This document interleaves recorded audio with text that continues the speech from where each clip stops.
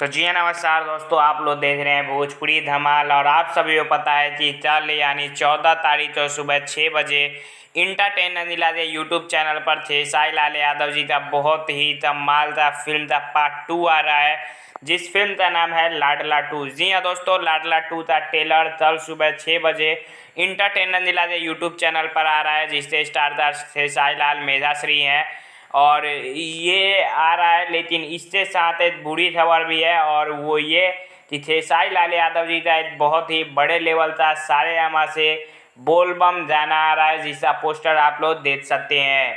ए दो वरदान गाने नाम है सारेगामा से। टीजर इसका आ चुका है और मोशन पोस्टर भी आ चुका है और गाना कल सुबह 7 बजे आ रहा है। जी हाँ दोस्तों, तो ये बहुत ज़्यादा बुरा लगता है कि खेसारी लाल का जब भी कोई फिल्म का ट्रेलर आता है तो उस समय उस डेट में कोई ना कोई गाना रिलीज ज़रूर होता है, चाहे वो फिल्म का गाना हो या फिर एल्बम का हो।